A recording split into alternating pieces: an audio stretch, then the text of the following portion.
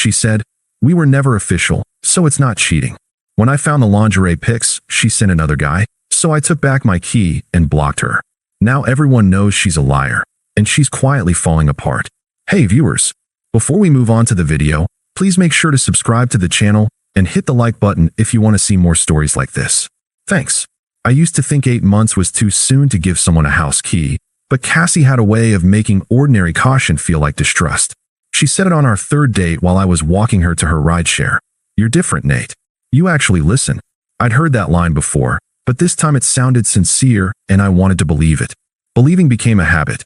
I believed her when she said her ex was just spiritual baggage and that the late-night coffee they grabbed was closure, nothing more. I believed her when my bank app buzzed and she joked that the mysterious $60 Venmo request for emergency nails was a test to see if I noticed. I paid it anyway. She drifted into my life the way warm air drifts through an open window. One weekend, she was leaving mascara in my bathroom. The next, she was curled on my sofa sending selfies to her mother in my hoodie. I never asked for rent. She offered to cook instead and mostly ordered takeout. I covered the bill without thinking because it felt good to be needed. My friends said she was flirty. I called it friendly. When she posted poolside photos, arched back, strap off one shoulder, I scrolled past the fire emoji comments from guys I'd never heard of and told myself it was modern life. Labels were for jars, Cassie liked to joke. As soon as we stamp a word on this, it'll feel heavy, she said one night, tracing the rim of her wine glass. Let's just be. I'd already introduced her as my girlfriend at my sister's barbecue, but I swallowed that detail and nodded. I figured she'd catch up. Red flags flapped, but softly. She disappeared once for an entire evening, answering my texts at 2 a.m. with, sorry, phone died. Girl's night ran late. The next morning, I replaced the battery in her old iPhone and handed it over like a peace offering. She kissed my cheek and said, you're a lifesaver, which sounded close enough to thanks. When her alternator failed, I called a buddy at the shop and got her a deal. She hugged me in the parking lot and whispered, no one's ever taken care of me like this. Those words lit a fuse of pride I didn't realize could burn down trust.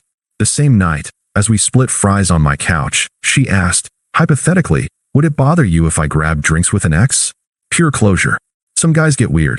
I laughed too loudly and said I wasn't some insecure high schooler. She smiled, satisfied, and changed the subject to vacation plans. That was Cassie's talent. She made every concession feel like confidence, every boundary feel like paranoia. I kept leaning in, thinking commitment meant silence about little worries. I never imagined silence would become my only defense. 2 Fridays later, I was finishing a late shift when Cal from accounting slapped his phone onto my desk. Dude, isn't that Cassie? He asked. The screen showed an Instagram story, green circles close friends, of a hotel bathroom. Cassie stood in the mirror, silk robe half open, someone else's tattooed forearm holding the phone. Caption, healing energy, grateful heart. I stared until the clip replayed.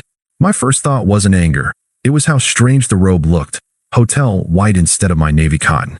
I drove home on autopilot, the dashboard clock ticking louder than the engine. At my place her sneakers were by the door, but the apartment felt vacant. She texted at midnight. Hey babe, can we talk tomorrow? Long day, crashing at Lana's.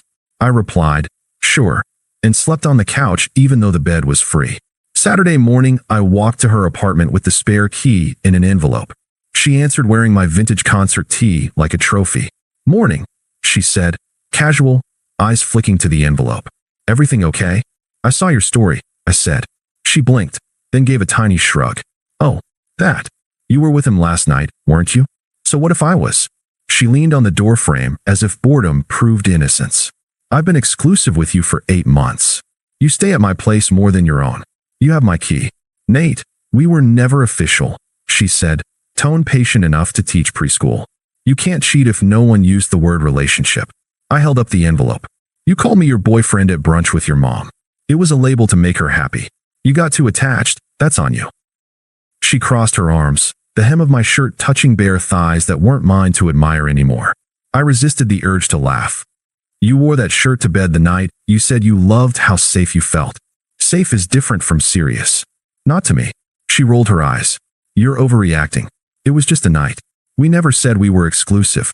I said it every day by choosing you. I placed the envelope in her open palm.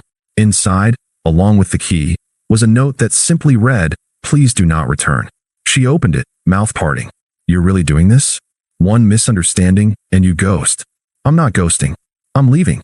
I stepped back into the hallway. Take care, Cassie. Her voice followed me down the stairs, first amused, then sharp. You'll regret this when you calm down. Outside, the air smelled like rain and freedom. I muted her number before I reached the street. I didn't slam any doors or post a cryptic status. I just walked until my legs hurt, making space where her excuses used to live. The first thing I noticed after walking away was how quiet everything became. Not just the notifications. I'd muted her, unfollowed, blocked, cleared the message threads, but the internal noise too. No more second-guessing myself. No more decoding half-truths. No more pretending it was okay to be halfway chosen. That weekend, I stayed offline. I cleaned out my apartment like it was haunted. Cassie had left traces everywhere. A hairbrush in the drawer, 3 cans of her favorite seltzer in the fridge, her handwritten grocery list still magnetized to my freezer door. Almond milk, sea salt chips, mascara. I tossed it all. Not in a fit of rage, just methodically, deliberately. The way you take off a cast after too long, realizing your skin underneath can finally breathe. Monday came, and with it, the ripples. Cal from work slid into my cubicle during lunch. Dude, you okay? He asked. I'm good. I mean, I didn't know it was like that with you too. You kept it pretty low-key. Yeah, I said. Turns out, so did she. He nodded slowly. She's been posting a lot. Weird captions. One was like, when the dust settles, the real ones remain. Another was just a photo of some crystals and her legs. Okay. He hesitated. People are asking questions. I'm not answering them. And I didn't. Not when her friend Alexa messaged me a couple days later with, Cassie's been crying. She didn't mean to hurt you. It was just a weird time for her. Not when my cousin texted, did you and Cassie break up or something? She just liked all my stories at once and hasn't done that in months. I said nothing. I didn't post anything, either. No gym mirror selfies. No stories of me out with friends. I wasn't on some revenge arc or trying to win a breakup. I just wanted my peace back. And for the first time in months, I had it. That Friday, I went to the park and sat alone for an hour watching some kids play basketball. One of them was wearing the same jersey I had when I was 15. I thought about who I'd been back then. Idealistic, soft-spoken, convinced that love was about proving yourself until someone finally saw you. I don't think that kid would have left Cassie. I think he'd have begged for an explanation, tried to fix things, maybe even apologized for being unclear about exclusivity. But I wasn't that kid anymore. The following week, things shifted again, just not in my direction. One of Cassie's exes, a guy named Derek I only knew by name, posted a screenshot on his story. A DM from Cassie, timestamped 2 days after I walked away. I miss how calm you were. Everyone else is just so cold. Can we talk? I've grown since last time. You once said I was the one that got away. Underneath, Derek had written, y'all warned me. I didn't listen. Never again. I didn't share it. I didn't need to, but others did. Screenshots floated into my DMs from people I hadn't heard from in months. Bro, isn't this your girl? Damn, she's on a tour. Apparently, the guy from the hotel story had already cut her off. She tried to pass it off as a fling that meant nothing. But he posted a photo of his new girlfriend the next weekend with the caption, no drama, just real love. Cassie didn't post for 3 days after that. Then came the desperation texts. I'd blocked her number, but she used another one. Probably a burner. Wednesday, 9:13 p.m. Hey, just wanted to talk. Can we meet? I owe you an apology. Thursday, 12:41 a.m.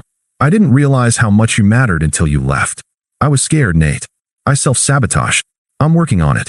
Friday, 7:07 p.m. You're really not going to say anything? After everything we were. No response. I didn't need closure from the person who tore things open. The last message came Sunday afternoon, right as I was helping my sister carry some chairs into her backyard for a family cookout. Sunday, 2:02 p.m. It's actually disturbing how cold you turned out to be. You didn't even try to talk to me. Maybe if you had any emotional depth, we could have worked through it. I guess I was dating a coward. I blocked that number too. Later that night, sitting under my sister's string lights with a plate of ribs and a dog sleeping on my feet, I realized I hadn't thought about Cassie for more than 5 minutes all weekend. And even then, it was just to shake my head and smile. She could call me cold, but silence isn't cruelty. Sometimes it's survival. 2 more weeks passed. By then, Cassie's name barely came up. But when it did, it was never from me. People started seeing the full picture without my help. At work, Kel pulled me aside during lunch again. So, remember that guy she was with at the hotel? The tattooed arm. Yeah. He's been bragging about how he never actually dated her. Said she was clingy. Kept trying to spend the night, and he told her to go home. I didn't react. Kel waited for something. A smile, a jab, some petty victory, but I just took another bite of my sandwich. Across town, word was traveling fast. Cassie's carefully curated image, the chill, artsy, free-spirited girl, was cracking. People she used to go out with were saying things like, yeah, she kind of did that to me too, or she's always keeping backups. Even the ones who'd blindly defended her at first were going quiet. She wasn't just losing relationships. She was losing credibility. And then came the group chat fallout. Alexa, her self-proclaimed best friend, posted a long vent in one of the mutual friend group stories. It was vague, but not really. It's exhausting being friends with someone who lies to everyone, plays victim, and uses people for attention. Sometimes people grow by burning every bridge they've ever walked on. A bunch of people reacted with clapping emojis. Someone replied, "We all know who this is." Cassie tried to recover. She posted a throwback pic of her and Alexa with the caption, "Sisters fight. Real ones stay." But no one commented. No one reposted. It just sat there like a dying leaf on a dead tree.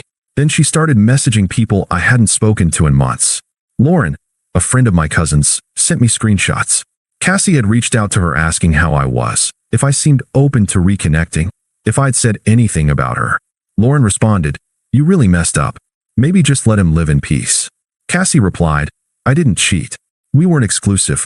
This whole thing is so blown out of proportion." It was the same line.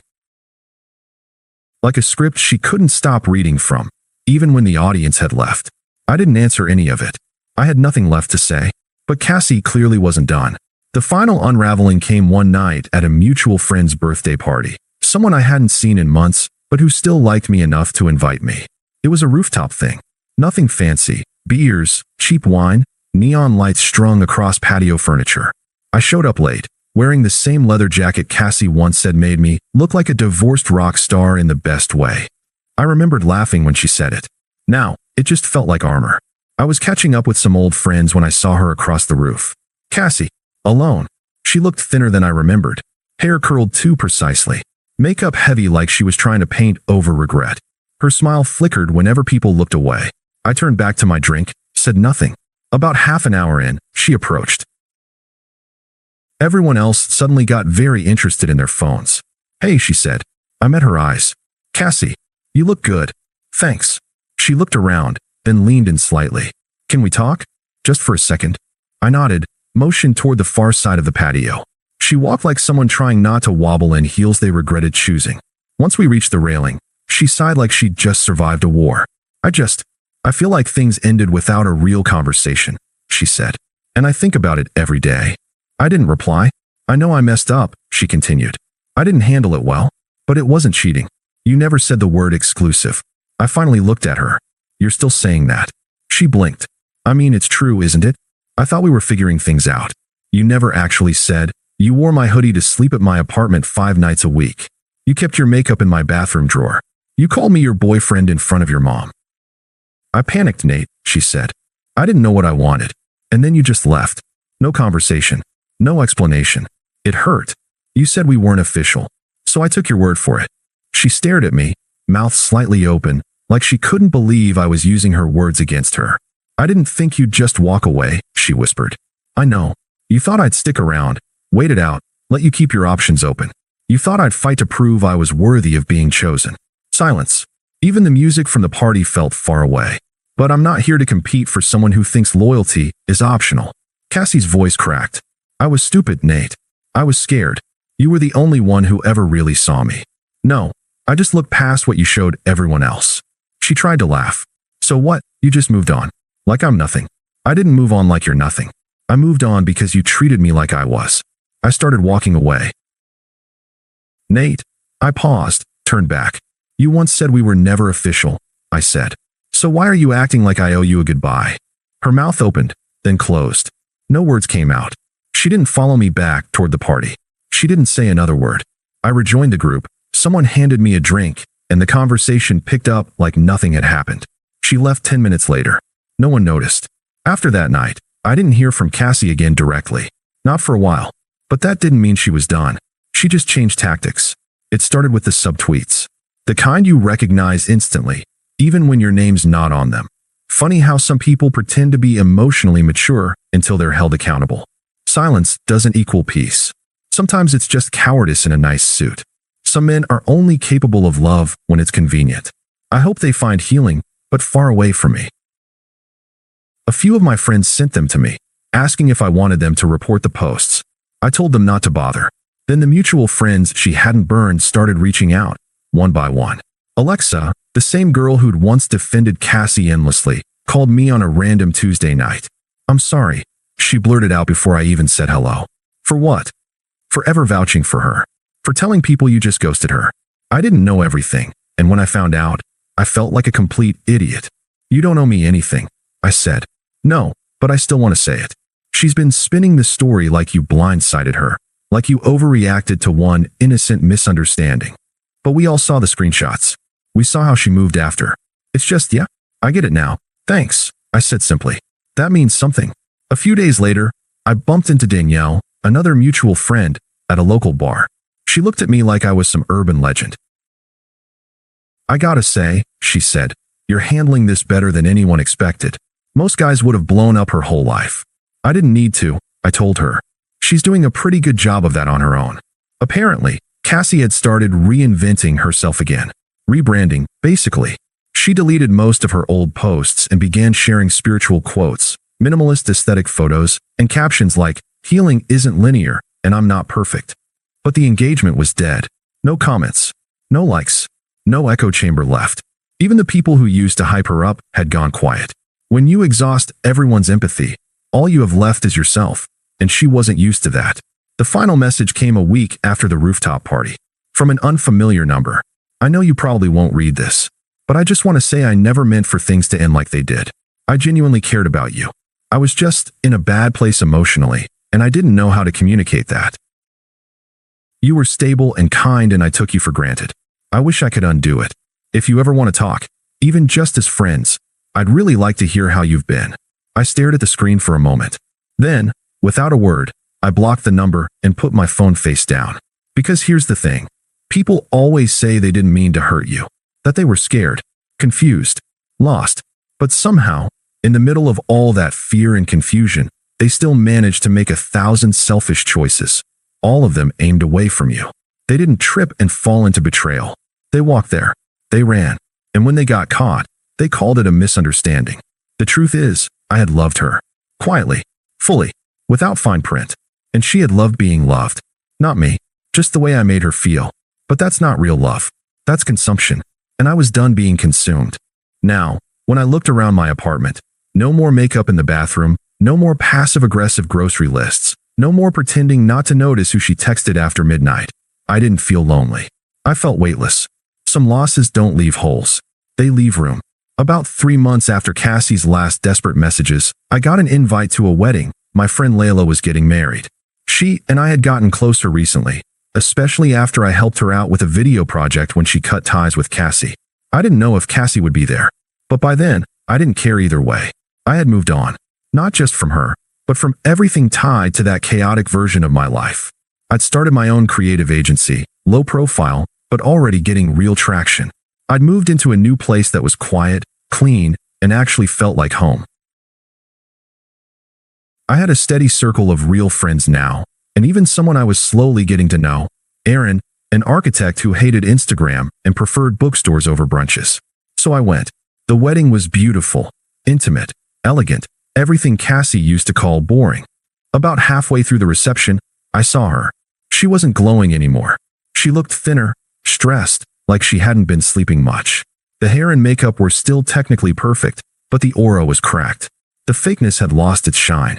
She was standing alone near the bar, clutching a drink she wasn't really drinking. When she saw me, her face froze. Then she smiled, too wide, too eager. She made her way over. "Hey, wow, I didn't know you'd be here," she said, brushing her hair behind her ear like she used to when she was nervous. "You look different." "I am," I said simply. She blinked. "You changed your hair." And you're dressing sharper now. I didn't reply. Just took a sip of water and waited. She laughed nervously. I've been meaning to reach out. Things got complicated. You know how crazy everything got. I wasn't in a good place back then. I looked at her calmly. And now? Her smile faltered. I'm working on it. Therapy. Journaling. I'm trying to realign. I nodded slightly, like I was listening to someone pitch a startup I had zero interest in. Then she lowered her voice. I miss you.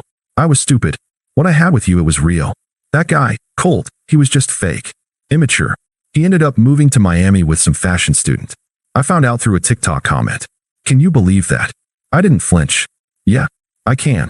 She stepped a little closer. I thought I wanted excitement. But excitement doesn't keep you grounded when you're falling apart. I paused for a beat, then said, you called me safe. Like it was a flaw. I know, she said, biting her lip. I was so wrong. You were the only person who actually saw me. Who cared? I miss that. I miss you. She waited, expecting a soft spot. A crack. There was none. I smiled politely. Cassie, I'm not angry anymore. But I'm not available anymore, either. Her eyes widened. Are you seeing someone? I didn't answer right away. I just glanced across the room, where Aaron was laughing with Layla by the dessert table, looking effortlessly at peace. Cassie followed my gaze. Her face dropped. You replaced me, she said, voice strained. No, I said.